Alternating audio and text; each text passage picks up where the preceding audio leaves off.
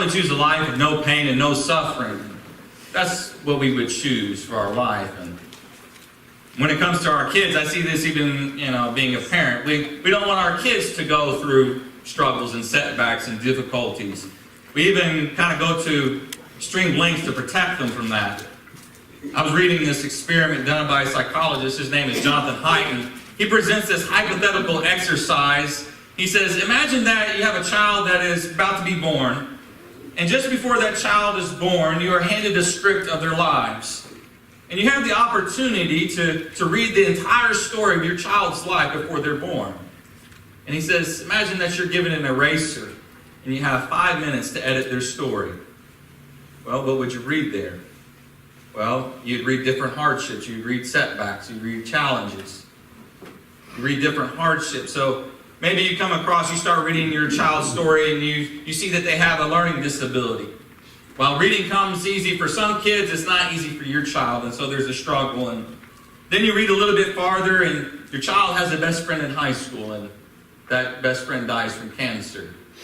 You continue to read and your child gets into the college that they wanted to go to, but then there's this car accident they're involved in and it sends them into a 2-year depression.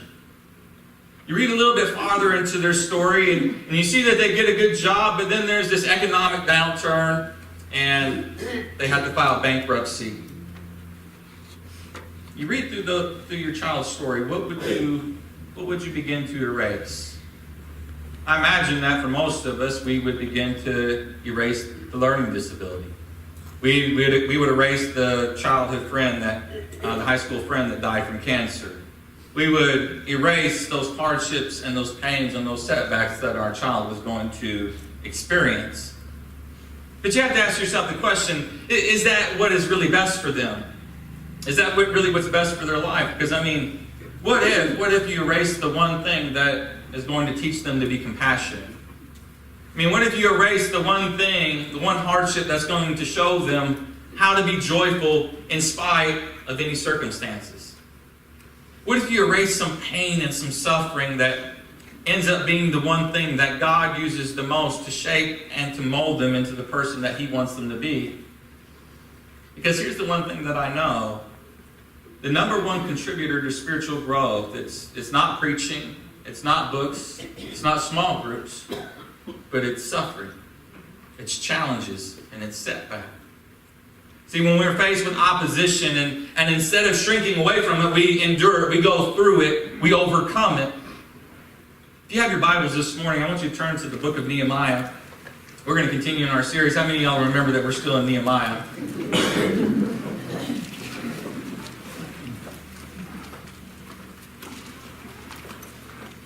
So in that first week, we've seen that the walls have fallen into the city of Jerusalem. And in fact, they've been destroyed for over 100 years. And so what we've been doing is we've been reading through Nehemiah, this book of Nehemiah, and really it's his prayer journal. It's a 2,500-year-old prayer journal. And as we read through this script, as we read through this story, there's a number of places that we come to in Nehemiah's story that we would think, well, surely God could erase this. Surely Nehemiah didn't have to experience this. Surely Nehemiah didn't have to go through these things. Because you think about it, Nehemiah, he was born as a slave in a foreign land. And when he is an adult, he finds himself as a cupbearer to King Artaxerxes. And one day he hears about the news about the city of Jerusalem. It's his homeland that he's never been there. And he finds that things, well, they're worse than he could imagine. The temple's been burnt down. The walls have been burnt down. The walls have been completely destroyed. And the Bible says in chapter 1, verse 4, he says, when I heard these things, I sat down and wept. See, these things right here, these are the things that we try to erase from the story. These are the things that we would take out of our script. He said, when I heard these things, I sat down and wept. And so when he hears these things, this begins the rebuilding story for Nehemiah. And so what I've been asking you to do in this series in those first 2 weeks is to identify what are these things for you in your life. What are these things? What are some of these things for you? What are some of the things in your life that have kind of fallen apart? There have been walls that have been torn down that need to be rebuilt. And maybe even think about it this way. Maybe it's not a rebuilding project for you, but it's a rebuilding project for somebody you know. For Nehemiah, these walls have fallen. He hears about it. He weeps and he cries out to God. But really the question that we kind of answered that first week was what can he do? I mean, what can Nehemiah do? I mean, he is a slave in a foreign land. He's more than 1,000 miles away from where all this happened. What could he do? And I think for some of us, we feel this way in our situations because we're in the midst of a hopeless situation and we ask ourselves, what can I do? And you begin to think about, what could I do? And you come to the conclusion, well, there's nothing I really can do. And so we looked at Nehemiah and him kind of answering that question in that first series. What am I supposed to do now? When you're surrounded by the walls that have been torn down, you're standing amongst the rubble. You're standing amongst something that used to be great. Maybe it's a relationship. Maybe it's a marriage. Maybe, I don't know what it is. But when you're standing amidst something that's broken and you come to this place and you say, well, what am I supposed to do now? I mean, where can I go? And we see that for Nehemiah, the most important thing that can ever be done when you're standing amongst the rubble is you pray. We see this is the theme of Nehemiah. Again and again, Nehemiah prays. When things begin to fall apart, when the story doesn't go as planned, when his future doesn't go the way that he had envisioned it, the way that he dreamed it, he prays. And so when he hears about the condition of the walls, he says, here's how he responded. He said, for some days I mourned and fasted and prayed before the God of heaven. And so we see this intensity to his prayer as he cries out to God for help. And so the most important rebuilding block in your life and in my life is prayer. It's prayer. You see, a lot of times we'll put much effort into picking up blocks and trying to rebuild broken pieces. But what we see for Nehemiah is that it begins and it ends with prayer. And we consistently see this in this Old Testament book. The other rebuilding block that is essential that we're going to talk about today is a rebuilding block that we're just going to call endurance. Endurance. Because any successful rebuilding project requires endurance. Now, some of you know this, some of you handymen. You know this because you've rebuilt something or you remodeled something. And you know that it's difficult to get started, right? It's difficult to find the starting place. Okay, this is where I'm going to start. But you find out that once you get it started and you start out strong, that it can almost be just as difficult to keep it going than it was to start it. You see, what we see here in Nehemiah is that endurance is the strength to continue moving forward when everything in you feels like you got to quit. It's the power to take another step when you just feel exhausted, when you feel like you just can't go another step. But you see, that's the point. This is the point where we find the people of God here in Nehemiah as they begin this rebuilding project. They begin, they start, then there comes a time when they just feel like quitting. So in Nehemiah chapter 1, Nehemiah hears about the conditions of the wall. He decides to get involved. He's not going to just let this be a problem for other people, but he decides to involve himself. And I maybe encourage you, some of you here today, that maybe everything in your life is pretty good, but you see people in your life that are broken, that maybe they need to have some things rebuilt. And you can stand back and say, well, it's not my problem. Maybe that's something that they need to deal with. You see, for Nehemiah, he could have just stayed in the palace in Susa. He could have stayed on the nice, comfy couch, the clothes and fine linen. But Nehemiah, he decides to get involved.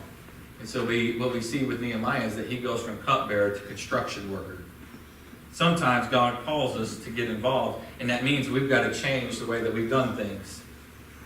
And so then in chapter 2, he's blessed by the king. He's given the king's blessings and even resources to go and rebuild the wall.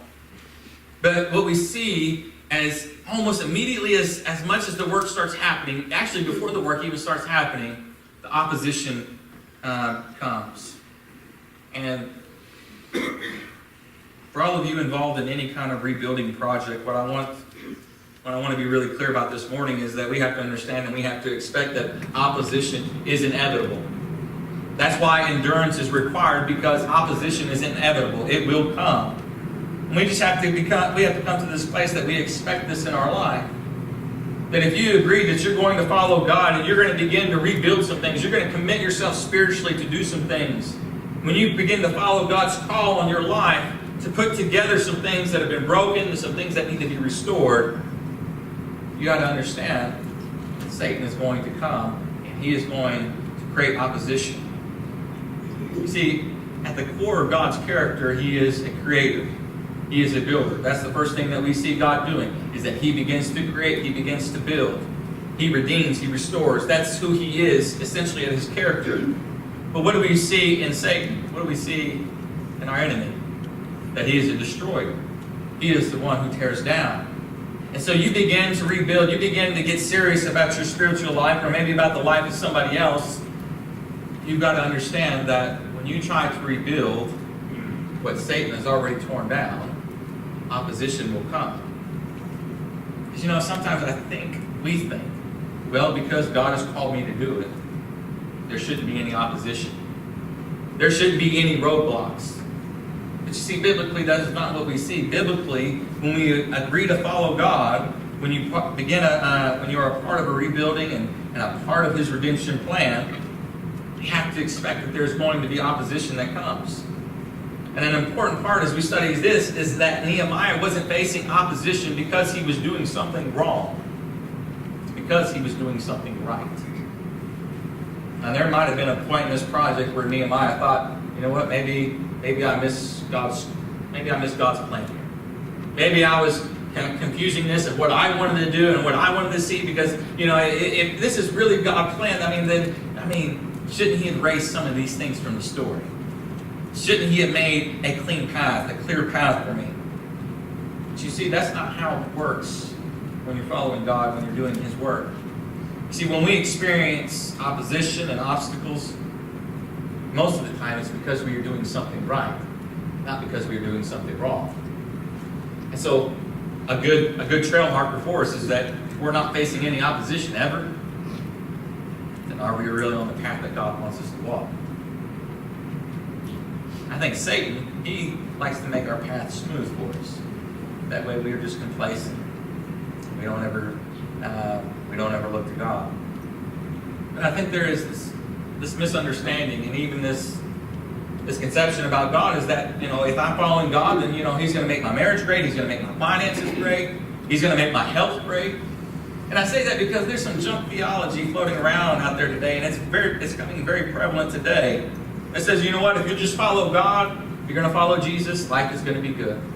Your finances will be good, your health will be good, you're going to prosper. You got this idea, this picture of, you're going to be skipping through fields of daisy with beautiful music in the background. You're all playing. You see those people that run through a field and they're not dirty at all. Anytime I ran through a field, I've always ended up dirty. But what we see, and you see this many times, we see many people quit. And instead of enduring, they throw in the towel because they don't understand this truth. So a wife will say, I just don't love my husband anymore. It's just so difficult. Maybe I miss the person that God wanted me to marry. Because she interprets the hardship. She interprets the conflict as, well, maybe this is God closing a door and opening another one for me. Or someone will say, we prayed about the job, but it hasn't gone well, and we can't sell our home. So maybe this isn't what God wants us to do. But it's more likely that it is what God is wanting you to do, that you are doing the right thing. Because if we are a part of rebuilding, if we are a part of following God, opposition will come. Because here's what we know. The things that Satan uses to oppose us, to discourage us, they really haven't changed since the beginning. So what I want us to look at this morning in this book of Nehemiah is just some of the things that are used to discourage him. And the first thing that we see that are used to discourage Nehemiah in this rebuilding project is discouraging people. Discouraging people. Constantly throughout the book of Nehemiah, as he goes on this rebuilding project, there are people that come alongside and try to discourage him, try and stop him from continuing the work.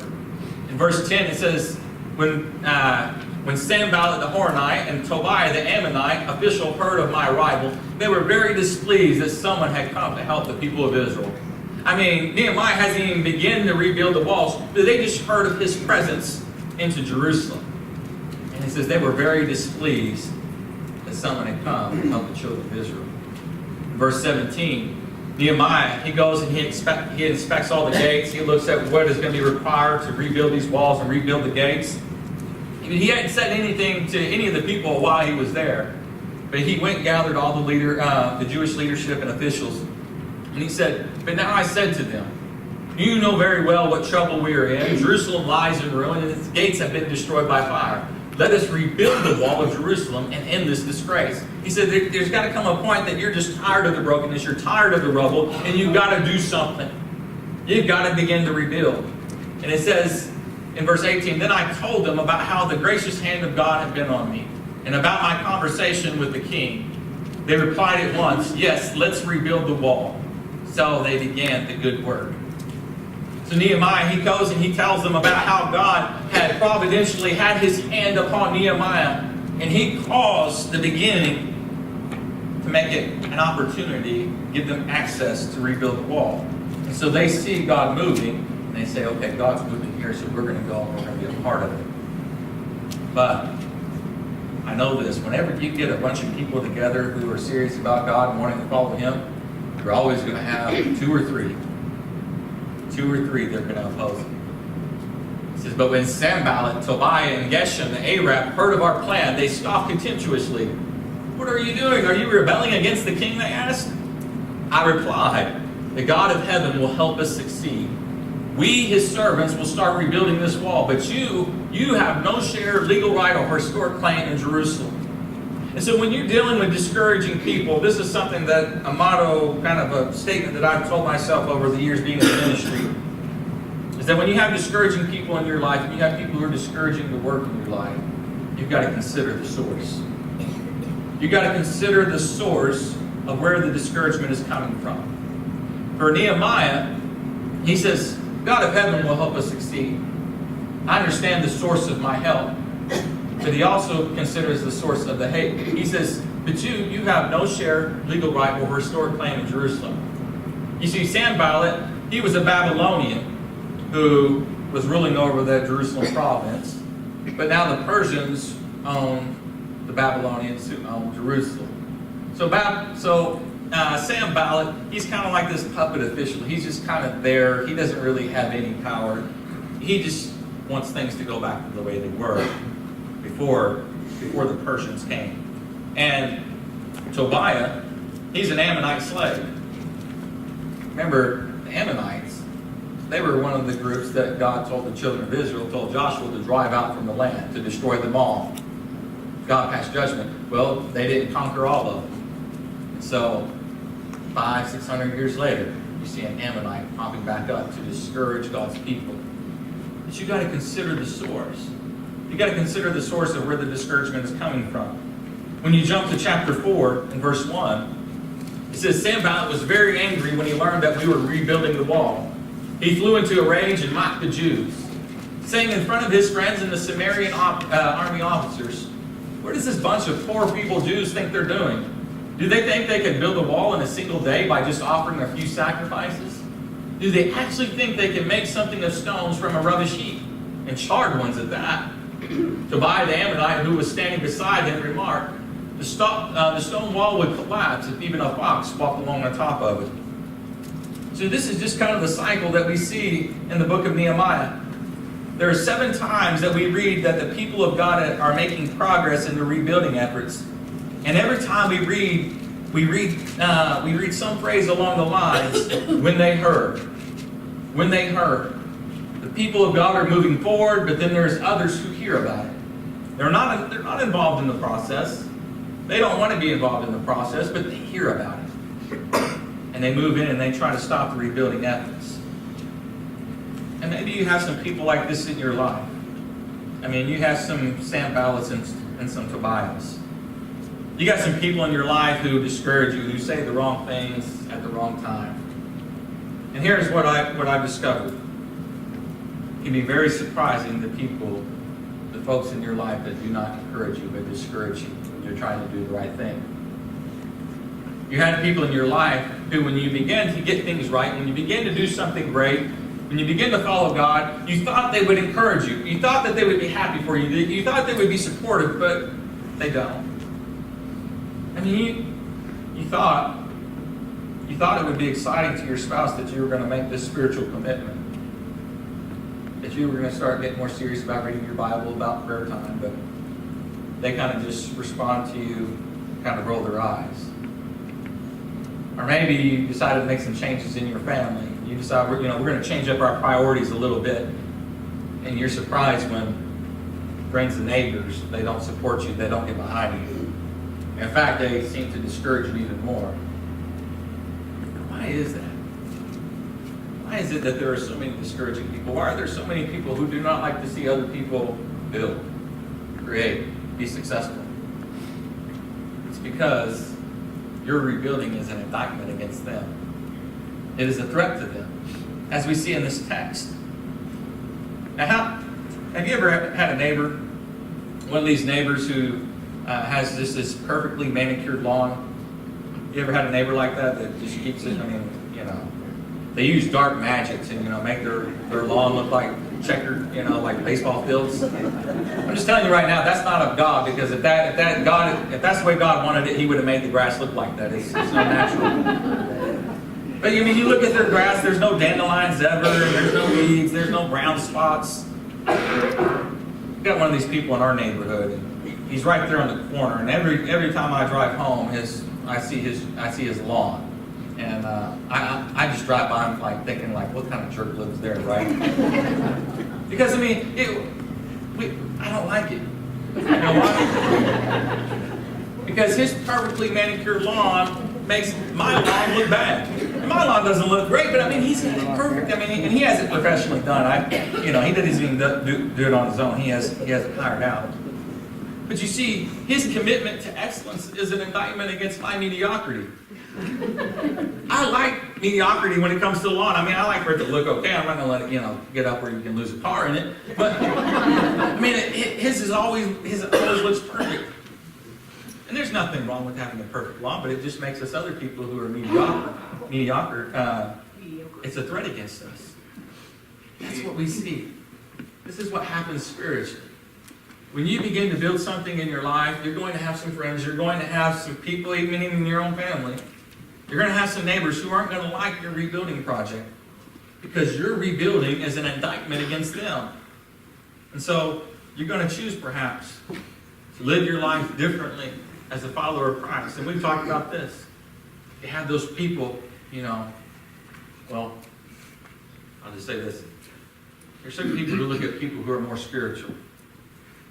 And what did they say? Oh, well, they've just taken it over the top. Or, I know how they really live. Anything they can to try to discredit it. Because why? Because their spirituality, their commitment, their devotion to the Lord is an indictment against me, because I'm not doing anything. I see this time and time again within the church, that you have a group, you have a person who's out there trying to reach people. And other people saying, oh, that's not how you do it. That's not how you reach people. That's not how you evangelize. Usually the people who say that are the ones who aren't evangelizing at all. You ever notice that the people who complain, the people who murmur, people who criticize are the ones who are not doing anything? You got to consider the source. You got to consider where the discouragement is coming from. Is it coming from a mature, godly saint that you respect? Or is the discouragement coming from someone who is uncommitted, lukewarm, and not contributing to any kind of help to the kingdom or the church?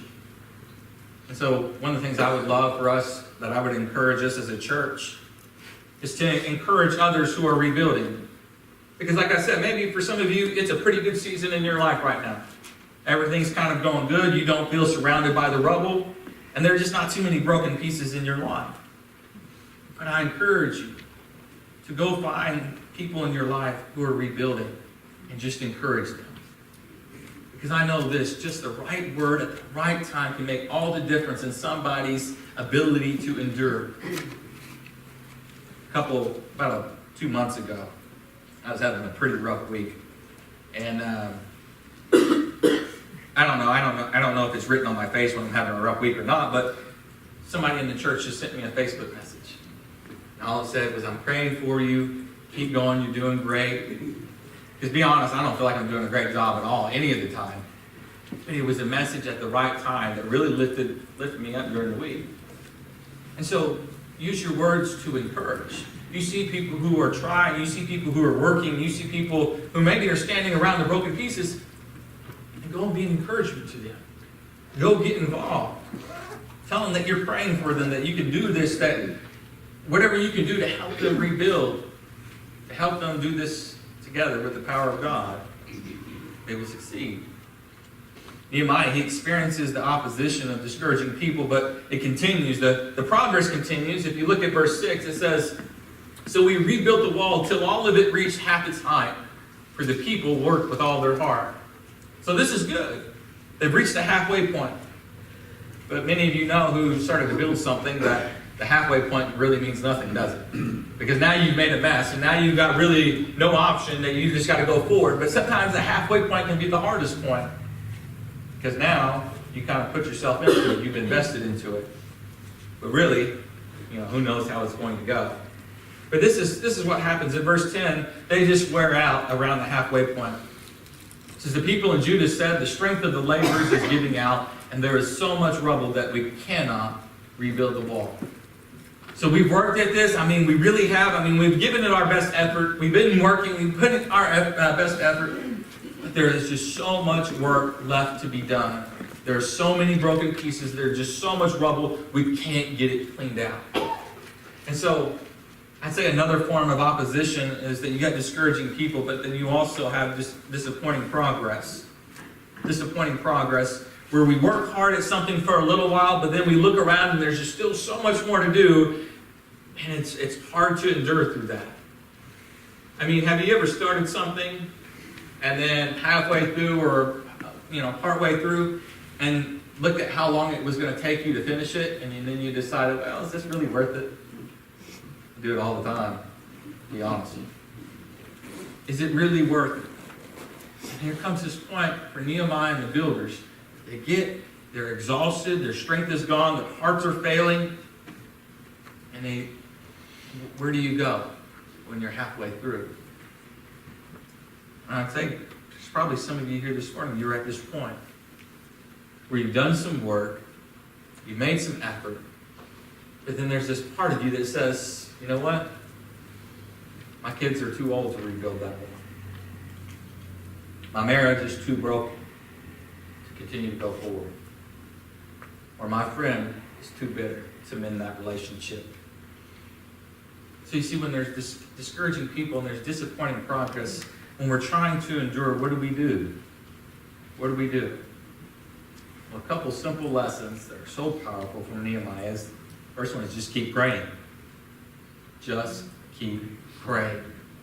So the people come and oppose him in chapter 4. And so here's this prayer in chapter 4, in verse 4. It says, hear us, our God, for we are despised. Turn their insults back on their own heads. Give them over as a plunder in a land of captivity. Do not cover up their guilt or blot out their sins from your sight, for they have thrown insults in the face of the work of the builders. So here in Nehemiah, he prays for those who oppose him.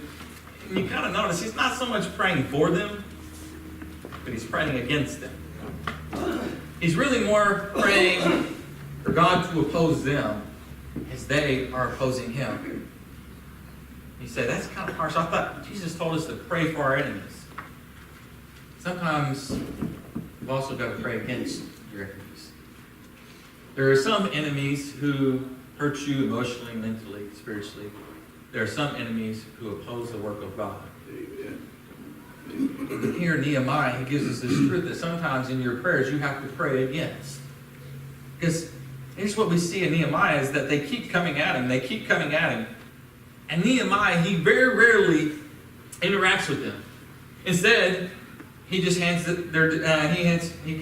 takes their discouragement and their opposition, and he goes and he lays it at God's feet. He says, God, here, you deal with this. I'm going to stay faithful to what you called me to do. I'm going to continue to build. I'm going to continue to work. I'm going to continue to be the faithful person that you call me to be in my home, in my family, in my marriage, at my job. But you take care of them. Because you know what? If you start to deal with all the people that are discouraging in your life, you won't ever get anything done. You just let God do it. And so that's what we see here in Nehemiah. He just says, you deal with this, God. You take care of this opposition while we continue to build. And I think that's hard for us. Because, when we pray, I think we kind of pray, we'll say a few things for a few days. And then we expect God to do something miraculous. We kind of have that microwave mentality. You remember how much longer it used to take to heat up your food before microwaves? I don't. I mean, instead of 3 minutes, it was 30 minutes. I know some of you remember this. I don't really remember this, but I've heard stories about ovens. But we want to just push a few buttons, wait for the ding, and it's taken care of and it's done. But what we see here with Nehemiah is that he consistently endures in prayer. So I would say to you that in your rebuilding project, whatever you're trying to rebuild, you just keep praying. He started out in prayer, but you can see that he consistently continues to go through prayer. So these people, they come to Nehemiah 4 different times with a letter, and essentially the letter says something like this. He says to Nehemiah, stop what you're doing. We want to set up a meeting and talk with you. So they tried to distract him. You see, if Satan can't discourage you in defeat, he will try his best to distract you to keep you from rebuilding. And so 4 times, Nehemiah, he sends this reply in chapter 6, verse 3. He says, I am carrying on a great project and cannot go down. Why should the work stop while I leave it and go down to you? I mean, why should I stop what I'm doing and deal with you? That doesn't sound very loving. But it's about priorities. You see, Nehemiah, he understands the importance of his work. He understands the importance of this project. It just wasn't for him, but it was for all the generation of the Jews before him, and it was for all the generation of Jews after him. And so here's what I would say. You keep praying, and you just keep building. You just keep praying, you just keep building. I know there's probably a point that you come that you're tired, that maybe you haven't made some of the progress that you thought you would have made by now, but you just keep praying, you just keep building. So your child doesn't respond to your phone calls, and they seem indifferent to your effort. You just keep praying. You just keep building. Your spouse responds to your efforts with criticism and sarcasm. You just keep praying. You just keep building. You're waiting on God for an answer about a job, about a move, about a pregnancy. You just keep praying. You just keep building. You come home from work exhausted. You don't have any energy for your family. You even pray with your kids. You keep praying. You keep building.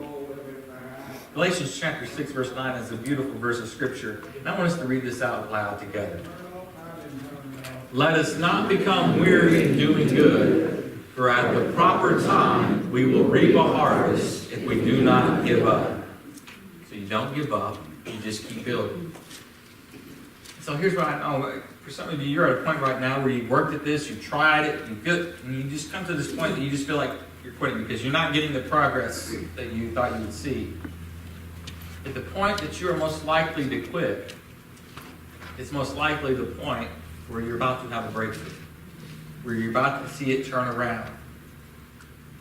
So the children of Israel, under Nehemiah's leadership, they reached this halfway point and they endured, they pushed through.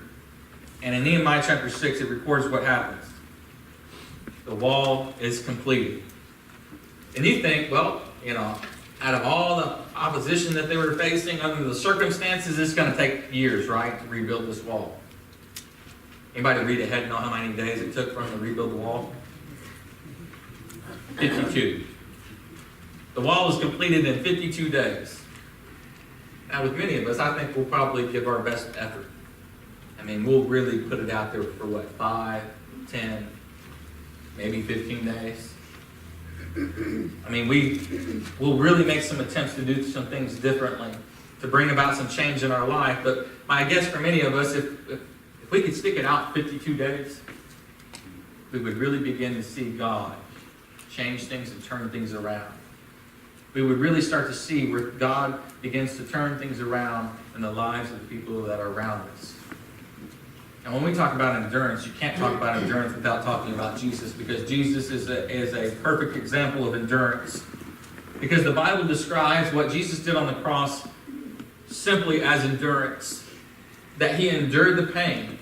In Hebrews chapter 12, where we see this picture as we finish up, look at this text. In Hebrews chapter 12, well, you have to look at it in the Bible. Most of you know this one. In Hebrews chapter 12, beginning in verse 2, it says, "Fixing our eyes on Jesus, the author and perfecter of our faith, who for the joy set before him endured the cross, despising the shame, and sat down at the right hand of the throne of God." He says, "For consider him who has endured such hostility by sinners against himself, so that you will not grow weary and not lose heart." You see that word, the writer of the Hebrews, he says, fix your eyes upon Jesus. Fixing your eyes upon Jesus. Now, when we think about fixing our eyes on Jesus, he's not meaning look away from other things and look at Jesus. What he's saying is that in your view, you have all these other things that you could look at. He says, but you commit yourself, you determine yourself to fix your eyes on him. That you're not going to be distracted by other things. You're not going to be distracted by the discouraging people. You're not going to be distracted by the disappointing progress. You remember him. Why? So that you will not grow weary and you will not lose heart. So if you feel like quitting, you feel like giving up, and you feel like just walking away from it, you consider it. You consider what Jesus went through. You consider what Jesus endured. You consider that in his most painful and enduring moments, he went to the Father and he prayed. He went to the garden, he prayed 3 times. Let this cup pass from me. But not my will, but your will be done. I know you come to a place where you say, I don't want this anymore. I don't want to have to endure this anymore. The pain, the suffering, the hardship, it's too much. Jesus knows that place. He was in that place. Where if it was up to him, he would have said, I'm just going to walk away. But he said it was the Father's will that he wanted to glorify and that he wanted to honor. It's interesting. You look at the first part of that passage. It says he endured the cross for the joy set before him. What is the joy that was set before Jesus? What caused him to endure amidst such opposition? Is it heaven? Is that what caused him to endure for the joy set before him? No, he came from heaven. He knew what heaven was. He had experienced heaven before he was born. But the writer of Hebrews is talking about something that he has not experienced yet. Was the joy set before him fellowship with the Father? No. He's had fellowship with the Father his whole life. So what was the joy set before Jesus that caused him to endure? It's us. It's you and it's me. You and me were the joy that were set before him. And the beauty of spending eternity with him forever caused him to get through, caused him to endure, caused him to persevere in the midst of pain and suffering. Let me ask you this. These things, the things that are broken down, the things that need to be rebuilt in your life, is there a joy set before you? Is there a joy set before you? Because I imagine that for most of you, when you think about these things that cause you to mourn, to weep, to pray, it has to do with a broken life. It has to do with somebody's life who's not right with Jesus. Maybe it's your spouse, maybe it's your son or your daughter, maybe it's your grandchild. Let me ask you this. You've been praying, you've been working, you've been putting your best effort to try to get them to Jesus. Think about the joy that is set before you. think about that one coming to Jesus, their sins being forgiven, they're given a whole new life, but now their eternity is changed. They are no longer headed to hell, but now they get to be a part of you, a part with you in that glad reunion day. The writer of Hebrews says that we fix our eyes on Him. He is the one who endured for our sakes. So when we come to this place where we feel discouraged and we feel like giving up and we feel like quitting and it just seems like it's not worth it, we remember Him. We remember Jesus and we keep praying and we keep moving. Let's bow our heads forward.